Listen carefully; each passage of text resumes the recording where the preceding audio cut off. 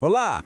Hoje a gente vai mergulhar num conceito filosófico bem profundo, uma verdade que, dizem, foi mantida em segredo por trás do que chamam de véu do cavaleiro.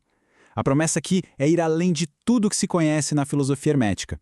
Então, vamos lá! Essa frase, ela é praticamente o coração do hermetismo. A ideia aqui é a seguinte: certas verdades, sabe, elas não são para todo mundo. Elas só se abrem, só se revelam para quem está de fato preparado para compreender, para quem tem, como o texto diz, os ouvidos do entendimento abertos. E isso já monta o cenário para a gente entender por que uma oitava lei teria sido ocultada. E aqui a gente entende o peso desse segredo. Esse conhecimento não era só complicado, ele era potencialmente avassalador. A fonte que estamos analisando sugere que revelar essa verdade para uma mente que não está pronta poderia ser até destrutivo, poderia literalmente desintegrar a percepção que a pessoa tem da realidade. Ok, mas para a gente entender o que está além, primeiro a gente precisa ter os pés bem firmes no que já é conhecido, certo? Então vamos dar uma olhada na base, no alicerce de toda essa filosofia, as famosas 7 leis ou princípios do hermetismo. Bom, aqui estão eles, os 7 pilares: mentalismo, correspondência, vibração, polaridade, ritmo, causa e efeito e gênero. Para quem estuda o assunto, essa é a estrutura completa, é o mapa conhecido. Só que a nossa investigação de hoje, ela começa exatamente onde esse mapa termina. E agora a gente chega no enigma central. A fonte que a gente está analisando joga uma ideia bem radical na mesa. E se existir uma oitava lei? E mais importante, qual seria a natureza dela? Como é que ela surgiria?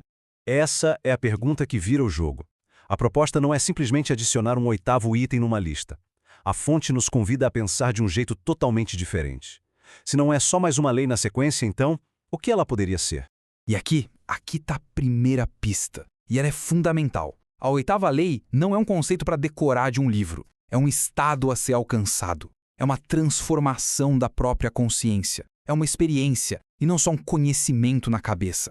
O interessante aqui é ver como esse processo é descrito. Não se trata de aprender uma oitava regra. O caminho é integrar totalmente as outras 7. É dessa fusão completa, dessa síntese total, que um novo estado de ser simplesmente emerge. Nasce dali. A partir daqui, a nossa fonte apresenta uma hipótese, fascinante, um nome e uma função para essa lei tão elusiva. Então, vamos explorar essa nova teoria, a chamada Lei da Identidade.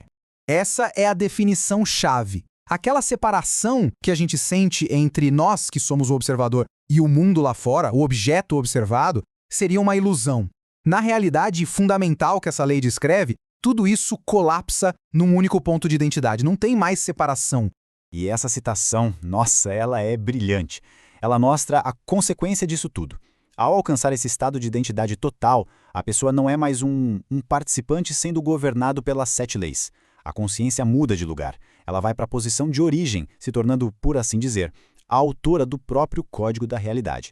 Eu sei, tudo isso pode parecer muito abstrato, muito filosófico. Então, vamos ver como a fonte pega essa ideia e aplica num exemplo bem concreto e poderoso, o processo de cura. Esse quadro comparativo deixa tudo muito claro, né? À esquerda, a gente tem a visão tradicional, que foca na química, no que está no frasco agindo de fora para dentro. À direita, a visão da oitava lei é radicalmente diferente. O foco sai da separação e vai para a unidade fundamental que sempre existiu entre, por exemplo, a planta e a pessoa. Então, o ponto crucial é esse. A cura verdadeira, sob essa ótica, não vem só da substância física, do que está dentro do frasco. Ela vem da realização profunda dessa identidade total. Vem do reconhecimento de que a separação era desde o início a grande ilusão. E toda essa exploração nos leva a uma última reflexão. Uma pergunta que a fonte deixa no ar, sabe? Ecoando ali, no espaço entre o conhecimento antigo e a ciência do futuro. E é com essa provocação que a gente fica. Essa unidade fundamental, essa identidade total. Seria o que muitas tradições espirituais chamam de amor universal?